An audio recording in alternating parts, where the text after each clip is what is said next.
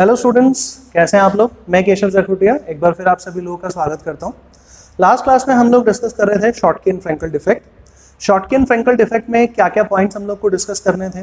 Coordination number कम वाले, coordination number ज़्यादा वाले, क्रिस्टल लेटिस कौन कौन सा डिफेक्ट अपन को शो कर सकते हैं, वो सारी चीज़ें अपन लोगों ने यहाँ पर डिस्कस कर ली, यहाँ पर देख लिया अपन लोगों ने। ठीक है, अब अपन लोग यहाँ पर जो है आगे बढ़ते हैं और अब अगले टाइप के डिफेक्ट्स की बात करते हैं। अगले टाइप के क्या क्या डिफेक्ट्स हो सकते हैं। देखिए, अगले टाइप के जो अपने पास में यहाँ पर इम्प्योरिटी डिफेक्ट है ना। अपन लोगों ने 3 टाइप के पॉइंट डिफेक्ट्स पढ़े थे। पहला पढ़ा था स्टोइकियोमेट्रिक डिफेक्ट्स, जो भी कंप्लीट कर लिया अपन लोगों ने लास्ट क्लास में। उसके बाद हमारे पास है इम्प्योरिटी डिफेक्ट्स और उसके बाद है हमारे पास नॉन स्टोइकियोमेट्रिक डिफेक्ट्स। तो चलिए एक एक करके देखते हैं कैसे अपन लोग इसको कंप्लीट कर लेते हैं। देखिए जरा,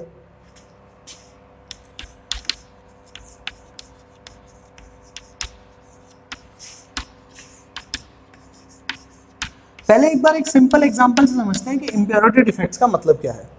देखो बच्चों, इम्प्योरिटी डिफेक्ट्स का मतलब होता है अशुद्धि त्रुटियां।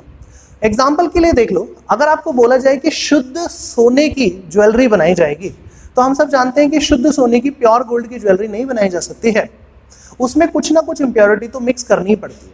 इम्प्योरिटी कॉपर हो सकती है, इम्प्योरिटी कोई और भी हो सकती है, लेकिन उसमें इम्प्योरिटी तो मिक्स करनी पड़ेगी, राइट। अब आप मुझे एक बात बताओ, इम्प्योरिटी मिक्स करोगे तो उसकी हार्डनेस बढ़ जाएगी। इम्प्योरिटी मिक्स करोगे तो वो जल्दी से जो है वो बेंड नहीं होगा, जल्दी से उसकी शेप जो है वो खराब नहीं होगी। तो इसका मतलब उसकी कुछ प्रॉपर्टीज बढ़ी।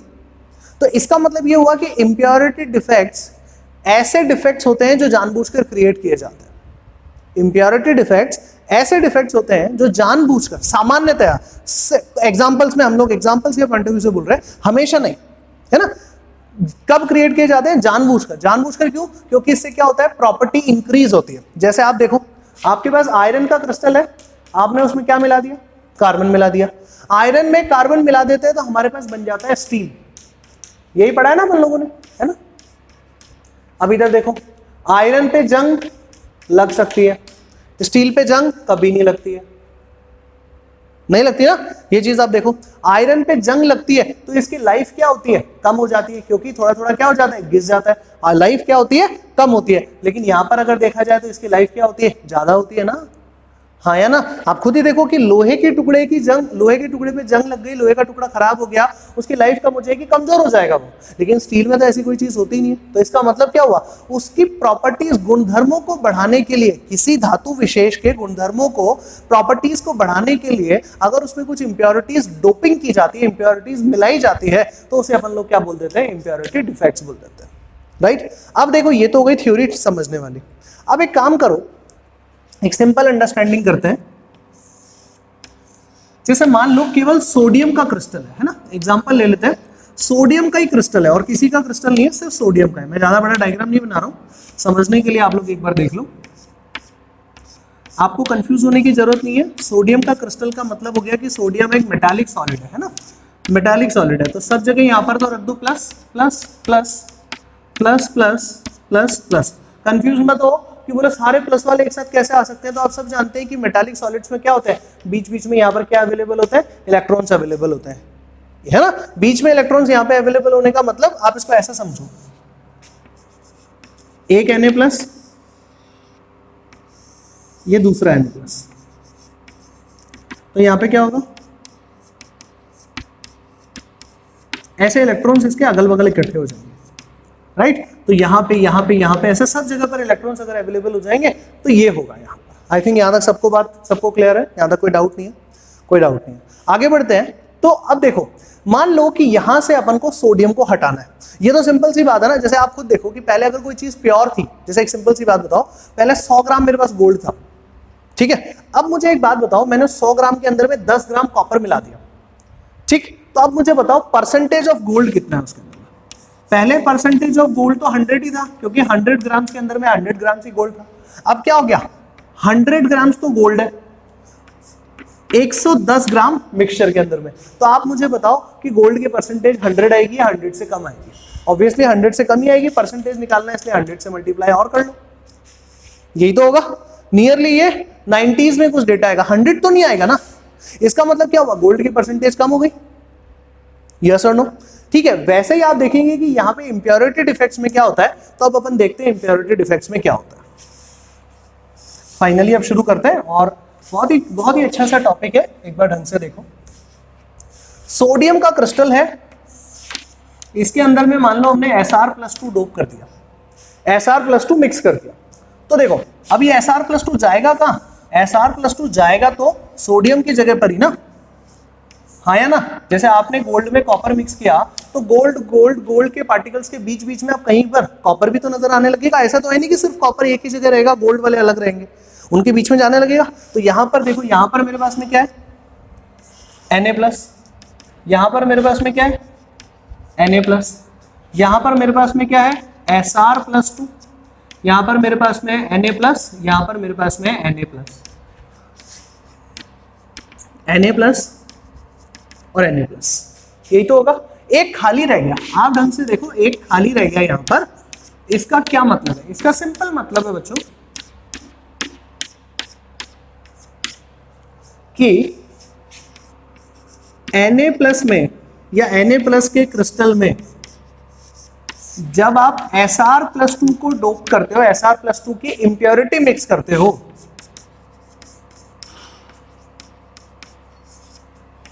तो कितनी वैकेंसी क्रिएट हो जाती है? 1 वैकेंसी क्रिएट हो जाती है। ठीक है, अब इसको ऐसा बोलो, 1 मोल सोडियम क्रिस्टल में, ढंग से सुनना मेरी बात, 1 मोल सोडियम क्रिस्टल में 1 मोल Sr+2 डाल दिया जाए तो उसमें कितनी वैकेंसी क्रिएट हो जाएगी? 1 मोल वैकेंसी क्रिएट हो जाएगी।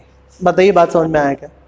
यही तो मतलब हुआ है ना। देखो भाई, यहां पे आ गया Sr+2 वाला, तो पूरा नेट इफेक्ट तो वही रहेगा ना, नेट इलेक्ट्रिकल न्यूट्रलिटी तो मेंटेन ही रहेगी ना भाई। यहां पे भी एक प्लस होता था, यहां पे भी एक प्लस होता था, तो दोनों का नेट इफेक्ट कितना हो गया? Sr+2 चार्ज यहां पे आ गया, यहां पे 0 चार्ज आ गया, तो ये क्या हो गई? वैकेंसी हो गई ना। ठीक है, अब देखो एनसीईआरटी में क्वेश्चन कैसे पूछा गया, एनसीईआरटी का एक क्वेश्चन करते हैं अपन लोग ताकि अपन को समझ में आएगा। तो देखो, इंप्योरिटी डिफेक्ट्स जानबूझ के क्रिएट किए जाते हैं और इंप्योरिटी डिफेक्ट से वैकेंसी क्रिएट होती है। याद रखना, इंप्योरिटी डिफेक्ट से वैकेंसी क्रिएट होती है, जो हमारे सिलेबस में है, मैं उसकी बात कर रहा हूं। अब जैसे आप देखो, एक दूसरा एग्जांपल और देख लो, इसी का एक और एग्जांपल देख लो कि मान लो 1 मोल Na+, 1 मोल Na+ है, उस क्रिस्टल के अंदर में आपने क्या किया? 1 मोल Al+3 मिक्स कर दिया। 1 मोल Na+ में आपने 1 मोल Al+3 मिक्स कर दिया, तो यहां पर कितनी मोल वैकेंसी बन जाएगी? 2 मोल वैकेंसी बन जाएगी। मतलब खाली जगह कितनी रह जाएगी? 3 सोडियम की जगह पर 1 एल्यूमिनियम आ सकता है ना, हाँ या ना? ये बताओ, 3 सोडियम के ऊपर कितना चार्ज? +3, 1 एल्यूमिनियम पे कितना चार्ज? +3, तो 3 सोडियम की जगह पर क्या आ सकता है? 1 एल्यूमिनियम आ सकता है। अब तीनों में से किसी एक जगह पर आ जाएगा, बची हुई 2 जगह, क्या बची हुई 2 जगह तो वैकेंसी होगी ना, हाँ या ना? तो इसका मतलब क्या हुआ कि अगर 1 मोल सोडियम क्रिस्टल है तो उसके अंदर में हमारे पास में क्या हो जाती है? यहाँ पर 2 मोल्स वैकेंसी क्रिएट हो जाती है। आई थिंक ये बात अपन को क्लियर है। ठीक है, अब देखो क्वेश्चन कैसे पूछा जाता है, थ्योरेटिकल एस्पेक्ट है, बहुत ज्यादा क्वेश्चन बनते नहीं है, एक इसमें न्यूमेरिकल बनता है। न्यूमेरिकल कैसे सॉल्व करना है वो एक बार देख लेते हैं, है ना।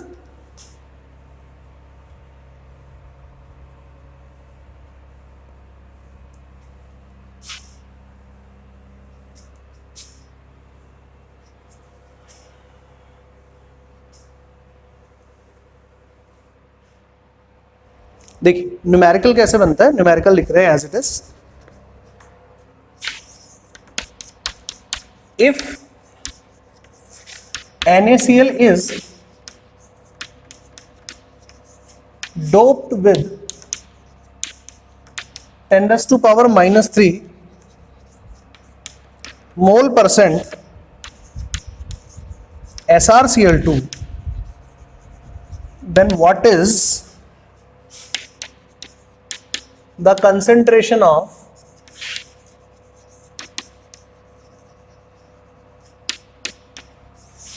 Cationic vacancy? कैटायन की कितनी वैकेंसी होगी वो अपन को देखना है यहाँ पर, है ना। अब देखो आपको क्या बोला गया है वो एक बार आप देख लो यहाँ पर कि NaCl को डोप, NaCl में क्या मिक्स किया आप लोगों ने? 10⁻³ मोल परसेंट SrCl2 मिक्स किया है ना। तो देखो 10⁻³ मोल, परसेंट बोल रहे हैं, परसेंट को हटाते तो क्या करते हैं, डिवाइडेड बाय 100 कर देते हैं। SrCl2 मिक्स किया है, इतना SrCl2 मिक्स किया है किसमें, 1 मोल NaCl के अंदर में, इतना मिक्स किया है। तो इसको ऐसा भी कर सकते हैं, इसको यहां से हटा दे, मतलब इस 100 को इधर ले जाए, तो इसको ऐसा लिख सकते हैं क्या, 100 मोल NaCl is doped with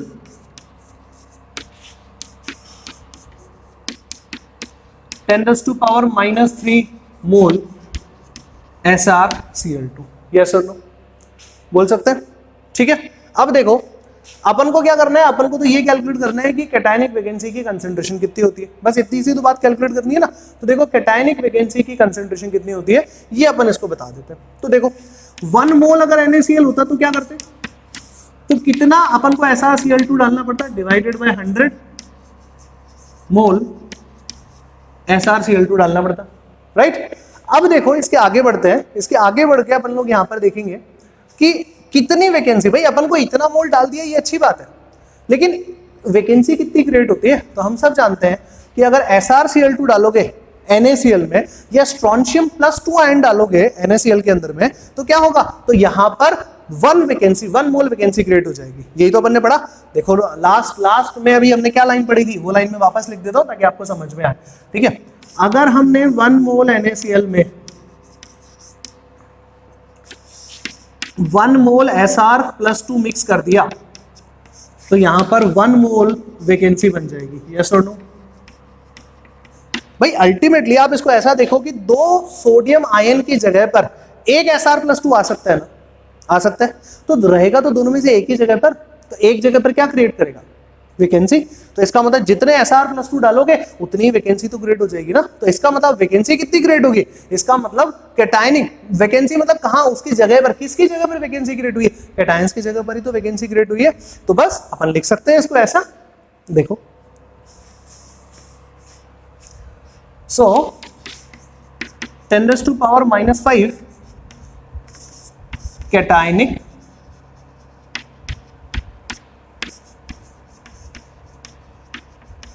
vacancy, यही तो होगी पक्का। अब ये तो हो गई कैटायनिक वैकेंसी, किसमें, 1 मोल में। अब 1 मोल में कितने पार्टिकल होते हैं, Na पार्टिकल्स होते हैं, तो कितनी वैकेंसी हो जाएगी, इसको भी क्या कर दिया जाए, Na से मल्टीप्लाई कर दिया जाए। So total number of cationic vacancy is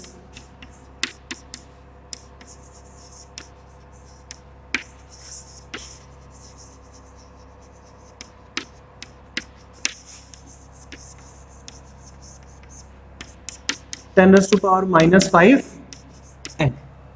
बस क्योंकि 1 मोल के लिए, मोल के टर्म्स में पूछता तो ये बोल देते, लेकिन टोटल कितनी है, वैकेंसी कितनी है, तो 10⁻⁵ मोल जो है, ये यहाँ पे ये मोल वर्ड लिखा हुआ है, तो यहाँ पर भी क्या हो जाएगा, मोल तो आएगा ही ना। और 1 मोल मतलब Na पार्टिकल्स होते हैं, है ना, इतने कैटायनिक वैकेंसीज होती है। सॉल्व करोगे तो देखो आंसर क्या आएगा, 6 × 10⁻23 इंटू में 10⁻⁵, अल्टीमेटली आ जाएगा 6 × 10⁻18 कैटायनिक वैकेंसीज। पक्का। इसी क्वेश्चन में मान लो आपको बोल देता SrCl2 की जगह पर AlCl3, तो आप क्या करते, तो देखो अपन को मालूम है कि सोडियम क्लोराइड का क्रिस्टल है और AlCl3 डालना है, तो एक AlCl3 3 सोडियम का काम कर सकता है, एक की जगह पर तो खुद आ जाता और 2 वैकेंसी बना देता। तो अपन ने यहां पर क्या लिखा है, जितने मोल SrCl2 हैं उतने की उतनी मोल वैकेंसी क्रिएट कर दी, लेकिन यहां पे क्या लिखना पड़ेगा, उसकी डबल वैकेंसी क्रिएट हो गई। भाई एक ही तो जगह ऑक्यूपाई करता है, 2 जगह तो खाली रखता है, तो उस केस में फिर क्या कर रहे होते हैं हम, यहाँ पर 2 से मल्टीप्लाई कर रहे होते हैं, और अल्टीमेटली आंसर में भी क्या कर रहे होते हैं, 2 से मल्टीप्लाई कर रहे होते हैं। अच्छा अगर ऐसा आ जाता, मान लो यहाँ पर SiCl4 आ जाता, तो फिर क्या होता, तो SiCl4 आता तो यहाँ पर उसको किससे मल्टीप्लाई कर रहे होते हैं, 3 से मल्टीप्लाई कर रहे होते हैं। बस इतना ही चीज इसके अंदर में पूछा जाता है, इससे ज्यादा इसके अंदर में कुछ आता नहीं है। ठीक है, एक अपन लास्ट पार्ट और बचा हुआ है हमारा, कौन सा, नॉन स्टोइकियोमेट्रिक डिफेक्ट्स, उसको अपन लोग कंप्लीट कर लेते हैं।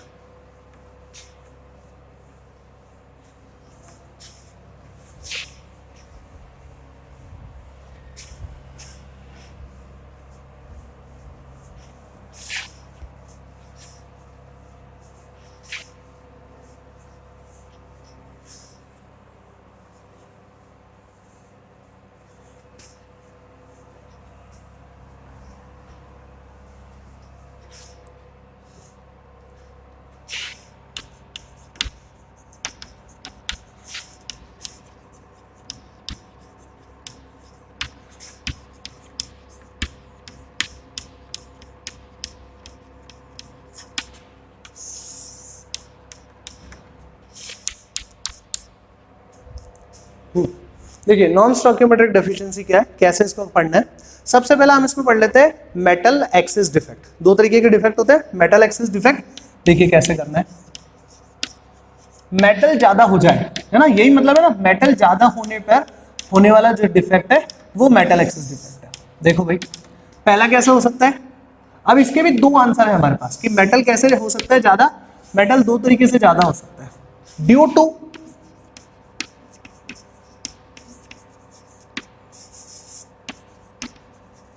एनायनिक वेकेंसी, ठीक है, और दूसरा यहां पे क्या हो सकता है, ड्यू टू प्रेजेंस ऑफ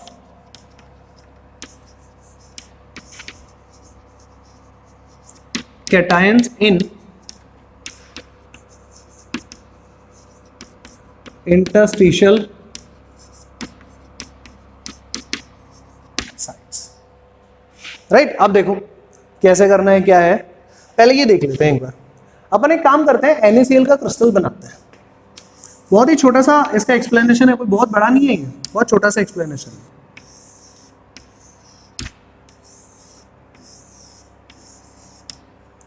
ज्यादा बड़ा क्रिस्टल स्ट्रक्चर नहीं बना रहे, अंडरस्टैंडिंग के लिए एक छोटा सा क्रिस्टल स्ट्रक्चर बना लेते हैं।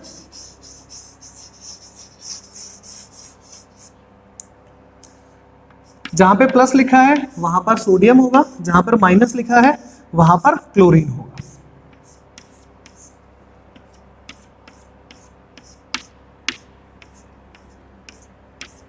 देखो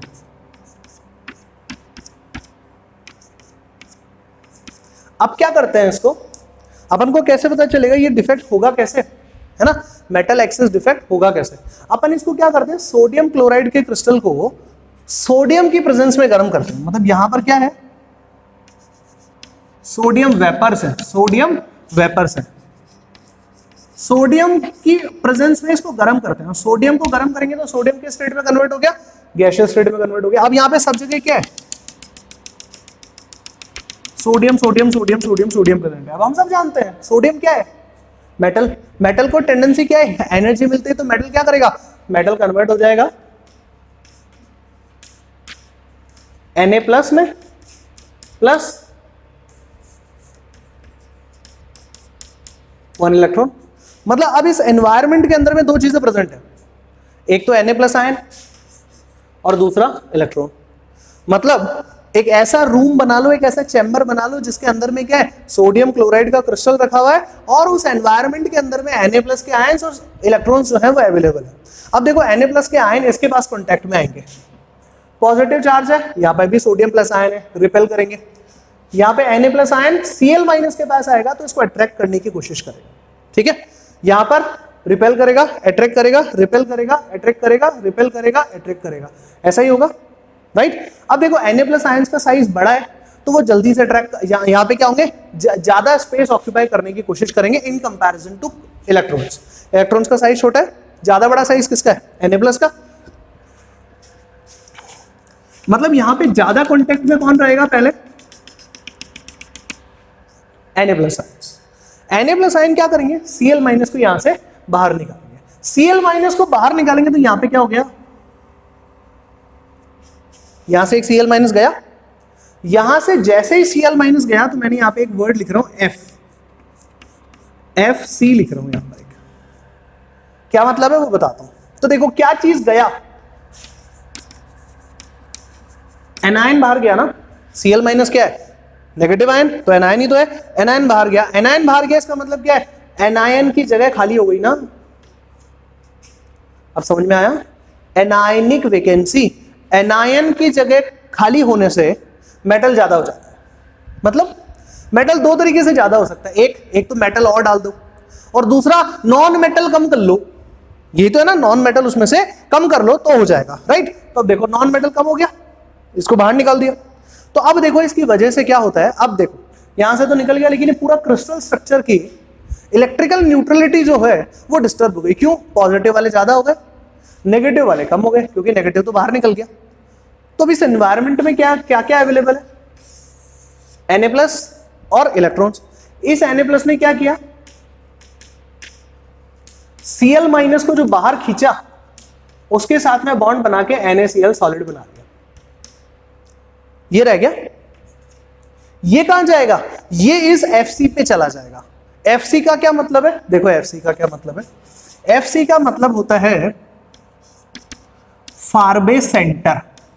F सेंटर भी बोल सकते हो, F केंद्र भी बोल सकते हो, और इसको आप चाहो तो फारबे सेंटर भी बोल सकते हो, है ना। दोनों चीजें अपनी बोली जा सकती है। फारबे सेंटर बोलो या F सेंटर बोलो, एक ही बात है, कोई दिक्कत वाली बात नहीं है इसके अंदर में, सब चीजें एकदम करेक्ट है। ठीक, आगे बढ़ते हैं। अब अगला देखो, F सेंटर पे क्या चला जाएगा? F सेंटर पे ये इलेक्ट्रॉन चला जाएगा। बोले क्यों? क्योंकि इससे पूरे क्रिस्टल स्ट्रक्चर की इलेक्ट्रिकल न्यूट्रलिटी क्या रहेगी? मेंटेन रहेगी। पूरे क्रिस्टल स्ट्रक्चर की इलेक्ट्रिकल न्यूट्रलिटी मेंटेन। तो हुआ क्या है, अब वो फाइनली देख लो आप लोग, हुआ क्या है। NaCl क्रिस्टल को सोडियम की उपस्थिति में गर्म किया गया। ढंग से सुनना, NaCl क्रिस्टल को सोडियम की उपस्थिति में गर्म किया गया, तो हमारे पास यहां पे क्या हो गया? NaCl बना। अभी डिफेक्टिव है ये NaCl, कैसा है? डिफेक्टिव है। क्यों हो गया भाई डिफेक्ट? डिफेक्ट इसलिए हो गया क्योंकि इसमें से क्या चीज बाहर निकाल ली? Cl- बाहर निकाल लिया। Cl- बाहर, तो क्या ज्यादा आ गया? Na+ ज्यादा आ गया। Na+ ज्यादा आ गया, तो इसका मतलब इसमें कौन सा डिफेक्ट है?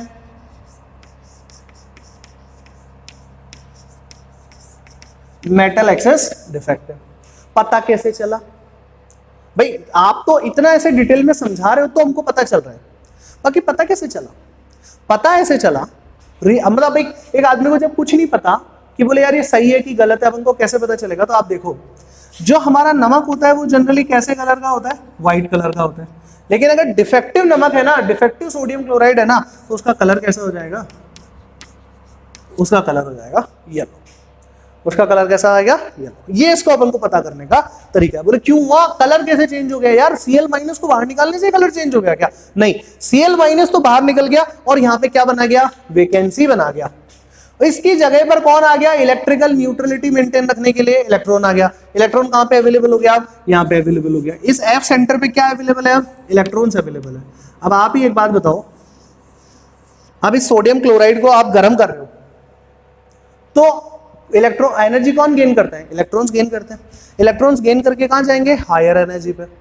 और जब वापस अपनी एनर्जी रिलीज करेंगे तो विजिबल रेडिएशंस के फॉर्म में करेंगे, हाँ या ना?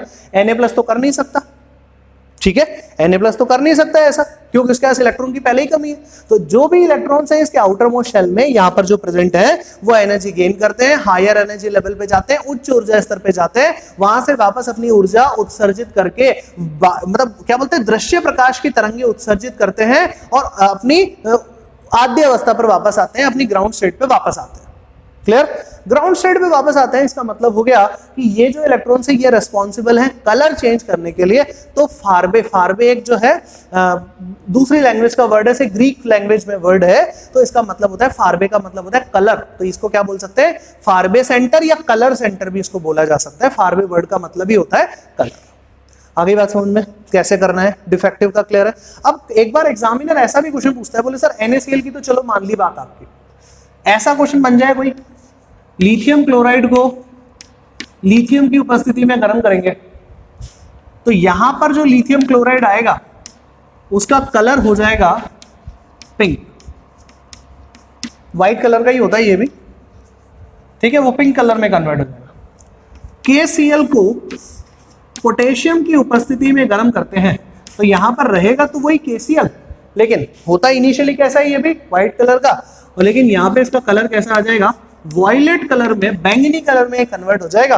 तो बस अपन को ये तीन याद रखने हैं, सोडियम का कलर पिंक से, सॉरी येलो से रिलेट करना है, लिथियम को पिंक से और पोटेशियम को वॉयलेट कलर से, बैंगनी कलर से रिप्रेजेंट करना है। तो इसमें से ये क्वेश्चंस 3 पॉइंट्स पे क्वेश्चन पूछे जाते हैं, ये तीनों अपन को क्लियर होने चाहिए। यहां तक क्लियर? आगे बढ़ते हैं, आगे देखो। अब दूसरे टाइप का है भाई कि मेटल एक्सिस डिफेक्ट, वो कैसे हो सकता है? तो देखो मेटल एक्सिस डिफेक्ट कैसे हो सकता है, नाम डिटेल वो सब अपन बाद में पढ़ते हैं, एक बार पहले कॉन्सेप्ट सीख लें क्या होता है।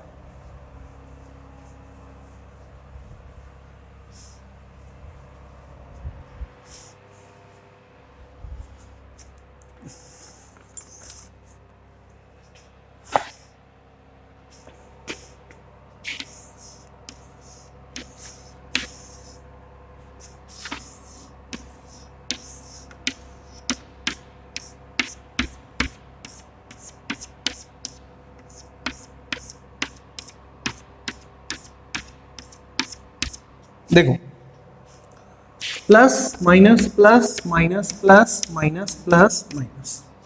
अपन ने मेटल एक्सेस डिफेक्ट की बात कर रहे हैं, दो तरीके से डिफेक्ट हो सकता है।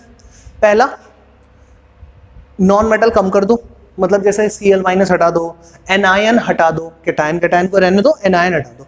एनायन को हटा दोगे तो मेटल ज्यादा हो जाएगा, वो अपन ने डिस्कस कर लिया। याद रखने के लिए एफ सेंटर। अब दूसरा टाइप क्या है? दूसरा टाइप है नॉन मेटल को हटा दोगे तो भी मेटल ज्यादा हो जाएगा, और यहां पे जो अपन पढ़ने वाले वो ये कि नॉन मेटल की सॉरी मेटल आ जाए यहां पर, मतलब यहां पे क्या ज्यादा हो जाए? मेटल ज्यादा हो जाए। मेटल आएगा कहां से? अब देखो जहां पर भी प्लस है ना वहां का मतलब है Zn+2, और जहां पर भी अपन ने माइनस बना रखा है ना उसका मतलब है O-2। तो बताइए अभी ये क्रिस्टल बैलेंस है कि नहीं है? है, जितने प्लस उतने माइनस, करेक्ट। तो ये जो क्रिस्टल है, ये क्रिस्टल स्ट्रक्चर कैसा है? ZnO है यहां पर, ठीक है। और इसका जो कलर होता है वो कैसा है? येलो, सॉरी व्हाइट है इसका कलर, ठीक। अब अपन जब इसको गर्म करते हैं, इस जब ZnO को गर्म करेंगे तो यहां पर क्या बन जाएगा? Zn+2 प्लस में 2 electrons plus half oxygen gas. ZnO को गर्म करते हैं तो यहां पे बन जाएगा Zn+2 plus 2 electrons plus half oxygen. अब ये क्रिस्टल स्ट्रक्चर तो बहुत बड़ा है, तो जब अपन ZnO को जिंक ऑक्साइड को गर्म करते हैं तो वो कहीं कहीं से पीला कलर में नजर आने लगता है, कहीं कहीं से वो पीला कलर में नजर आता है और कहीं कहीं पे व्हाइट ही रहता है। अब देखो व्हाइट रहता है इसका मतलब वहां पे कोई इंप्योरिटी प्रेजेंट नहीं हुई है, पीला हो गया वहां पे इंप्योरिटी प्रेजेंट हो गई है। अब वो इंप्योरिटी क्या है, कैसे आई, वो चीज अपन को सीखना है कि वो चीज कैसे आई, है ना। तो अब आप इधर देखो कि वो चीज कैसे आई। ये तो हमारा प्योर क्रिस्टल है ना। अब इम्प्योर कैसे बन गया वो मैं आपको बता देता हूं कि वो इम्प्योर कैसे बन गया।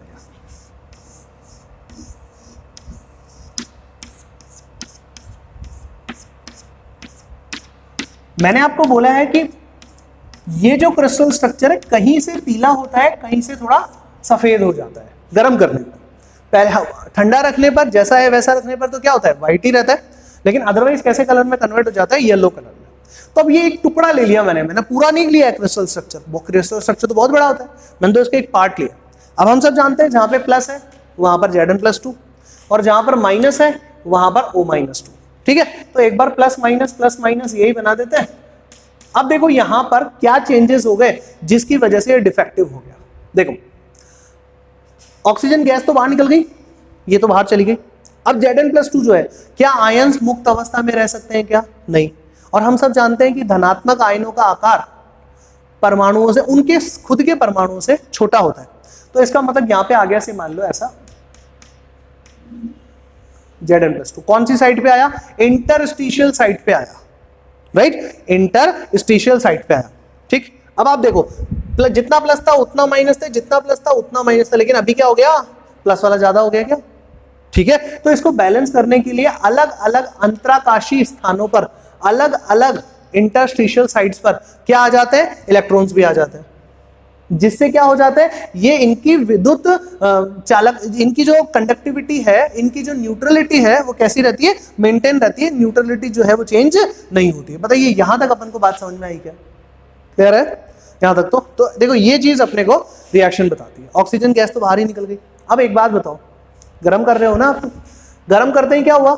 ये जो इलेक्ट्रॉन्स अवेलेबल है ये क्या करेंगे? उच्च ऊर्जा स्तर पे जाएंगे, ऊर्जा अवशोषित करेंगे, एब्जॉर्ब करेंगे। लेकिन एक लिमिट से ज्यादा ऊर्जा एब्जॉर्ब नहीं कर सकते, तो वापस क्या हो गए? निम्न ऊर्जा स्तर पे आएंगे और दृश्य प्रकाश में विजिबल रेंज के रेडिएशंस क्या करेंगे? रिलीज करेंगे। तो विजिबल रेंज का रेडिएशन यहां पर कैसा निकल के आता है? येलो कलर का निकल के आता है। तो इसलिए ये क्या हो जाएगा? येलो कलर में कन्वर्ट हो जाएगा। क्लियर है क्या? ये येलो कलर किसकी वजह से आया? इन दोनों की वजह से आया। बोले इलेक्ट्रॉन्स की वजह से ही तो आया। इलेक्ट्रॉन्स क्यों गए वहां पर? क्योंकि Zn+2 गया वहां पर। Zn+2 नहीं चाहता तो इलेक्ट्रॉन्स को भी क्या जरूरत थी बाहर जाने की। बात समझ में आ गया? तो देखिए इसका नाम क्या है, इस टॉपिक को कैसे लिखेंगे? नाम लिख देता हूं कि किसकी वजह से हो रहा है। Metal excess defect due to presence of extra cation at interstitial site. अंतराकाशीय जगहों पर एक्स्ट्रा कैटायन के उपस्थित होने की वजह से कैसे डिफेक्ट हो जाता है भाई? मेटल एक्सिस डिफेक्ट हो जाता है। यहां तक क्लियर है सबको? यहां तक तो कोई डाउट नहीं है, ठीक। अब अपना एक और बच गया मेटल डेफिशिएंसी, उसको एक न्यूमेरिकल से समझ लेते हैं और बस अपना डिफेक्ट्स वाला पार्ट लगभग फिर खत्म हो जाएगा, ठीक है। मेटल डेफिशिएंसी और बचा हुआ है, वो और कंप्लीट कर लेते हैं। देखो इसमें दो तरीके की चीजें पूछी जाती है मेटल डेफिशिएंसी में, कि भाई मेटल कम क्यों हो गया। तो सबसे पहला चीज मेटल कम क्यों हुआ वही बताते हैं और फिर एक न्यूमेरिकल कर लेते हैं।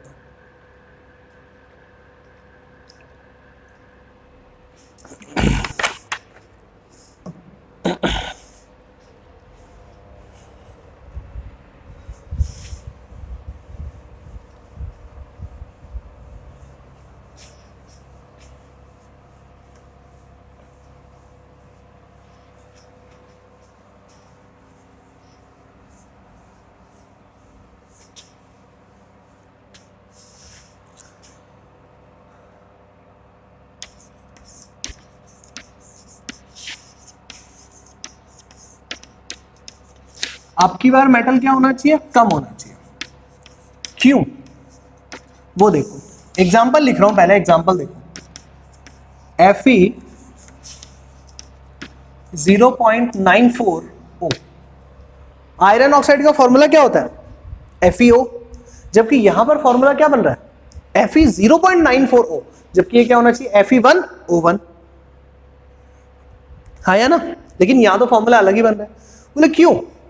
देखिए याद रखना, मेटल डेफिशिएंसी डिफेक्ट केवल और केवल उन्हीं क्रिस्टल स्ट्रक्चर्स में होता है जिनमें मेटल की परिवर्तनीय ऑक्सीकरण अवस्था होती है, मेटल की वेरिएबल ऑक्सीडेशन स्टेट होती है। क्यों? आयरन की दो ऑक्सीडेशन स्टेट हो सकती है, कौन कौन सी? +2 और +3, हाँ है ना भाई? आप आयरन देख के तो नहीं बोल सकते कि वो +2 स्टेट में कि +3 स्टेट में, लेकिन होती तो दोनों ही है ना। तो अब आप देखो, जितना आवेश इस ऑक्सीजन ने अपने इसके ऊपर रख रखा है, जैसे है ना, अपन को ये, चलो पहले एक सिंपल बना लेते हैं। सबसे पहला क्वेश्चन इससे आएगा, मेटल डेफिशिएंसी डिफेक्ट होता ही क्यों है? मेटल डेफिशिएंसी डिफेक्ट केवल उन्हीं क्रिस्टल स्ट्रक्चर्स में मिलेगा जिनमें वेरिएबल ऑक्सीडेशन स्टेट होती है। बस आपको अभी इतना ही लिखना है। अब ये जानना है वेरिएबल ऑक्सीडेशन स्टेट की वजह से डेफिशिएंसी कैसे हो जाती है, ये जानना है अपन लोगों को, है ना। एक काम करते हैं, अपन ऐसे बोल देते हैं, शुरुआत में क्या होता था, मान लो ये फॉर्मूला होता था ना FeO, तो मान लेते हैं कि इसके मेरे पास में 100 आयन है। 100 आयन कौन से वाले हैं बेटा जी? Fe+2 वाले, ऐसा मान लेते हैं, ठीक। और इसके भी कितने आयन है मेरे पास में? 100 आयन है। कौन से वाले हैं? -2 वाले हैं। तो अब आप मुझे बताओ यहां पर क्या हो रहा है? यहां पर +200 आवेश आ रहा है। एक आयरन पे कितना चार्ज है? +2, तो 100 आयरन पे कितना चार्ज हो जाएगा? +200, मतलब इसने कितने इलेक्ट्रॉन डोनेट किए? 200 इलेक्ट्रॉन डोनेट किए। तो यहां पर ये ऑक्सीजन भी 200 एक्सेप्ट कर लेना चाहिए ना, हाँ या ना? तभी तो ये बैलेंस रहेगा, नहीं तो कभी भी ये फॉर्मूला ही नहीं आ सकता। तो देखो अपन इसी चीज को यहां पर कर लेते हैं, इस चीज को समझने के लिए कि भाई हमारे पास Fe 0.94O है। तो देखो इसको ऐसा बोल देते हैं कि इधर लिख देते हैं Fe और इधर लिख देते हैं O। Fe तो है मेरे पास में 100 और ये मेरे पास में रह गया 94। क्यों? 1 थे तो हमने 100 मान लिए थे, मतलब 100 से गुणा कर लिए थे। अभी 1 और 0.94 है तो 100 से गुणा करके मान लेता हूं। तो यहां पे ये क्या है? ये एटम्स है। ऑक्सीजन के एक एटम पे कितना आवेश? -2 चार्ज, पक्का। यहां पे कितना चार्ज? +2 भी हो सकता है और +3 भी हो सकता है, ठीक है। नेट चार्ज, टोटल चार्ज कितना?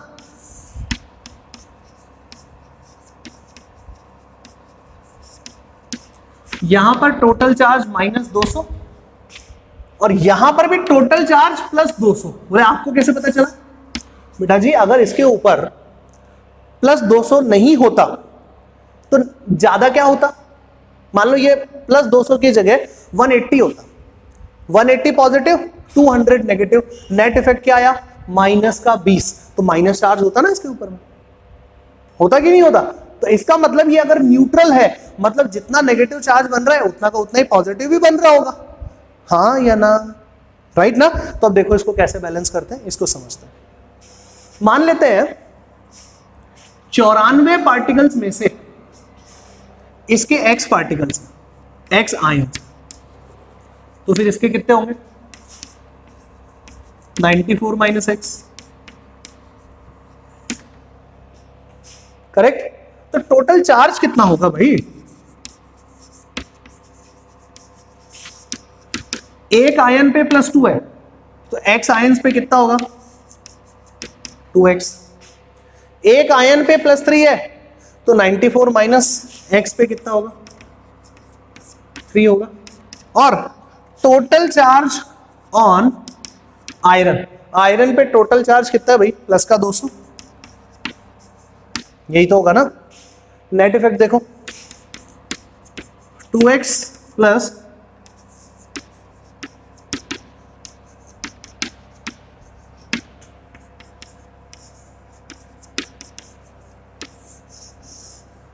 x is equals to 82। x मतलब Fe+2 के कितने हो गए पता चल गया, और Fe+3 के कितने हो गए वही पता चल गया। हद मार के कितने पार्टिकल 94, कम है ना। कम होने की वजह क्या है, कम है ना, कम होने की वजह क्या है, इसकी वेरिएबल ऑक्सीडेशन स्टेट। अगर +3 वाले नहीं होते तो इसका 94 से काम चलता क्या, 94 से तो नहीं चलता, या तो पूरे 100 होते तभी तो काम चलता ना। बताओ ये बात अपन को समझ में आ रही है कि नहीं आ रही है, यहां तक सबको क्लियर है।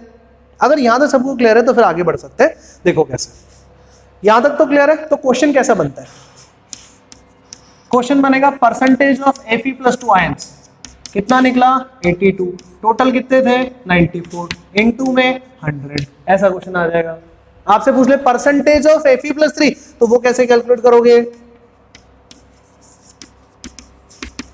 ये हो गया 12 डिवाइडेड बाय 94 इनटू में 100।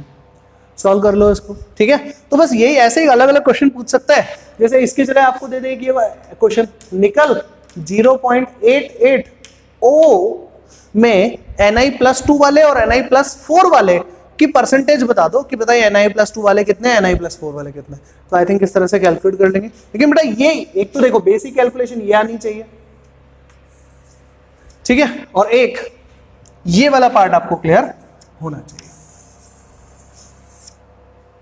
राइट। परसेंटेज निकालना आप लोगों को आता है, परसेंटेज में कोई बहुत बड़ी मैथमेटिक्स या रॉकेट साइंस नहीं लग रही है, यहाँ पर ये चीज अपन को आती है। तो इस तरह से अपने सारे डिफेक्ट्स कंप्लीट होते हैं, और आज अपना लेक्चर अपन लोग यहीं पे कॉल ऑफ करते हैं। अगले टॉपिक्स में सॉलिड्स की प्रॉपर्टीज के बारे में बात करेंगे। That's all for this lecture, thank you very much.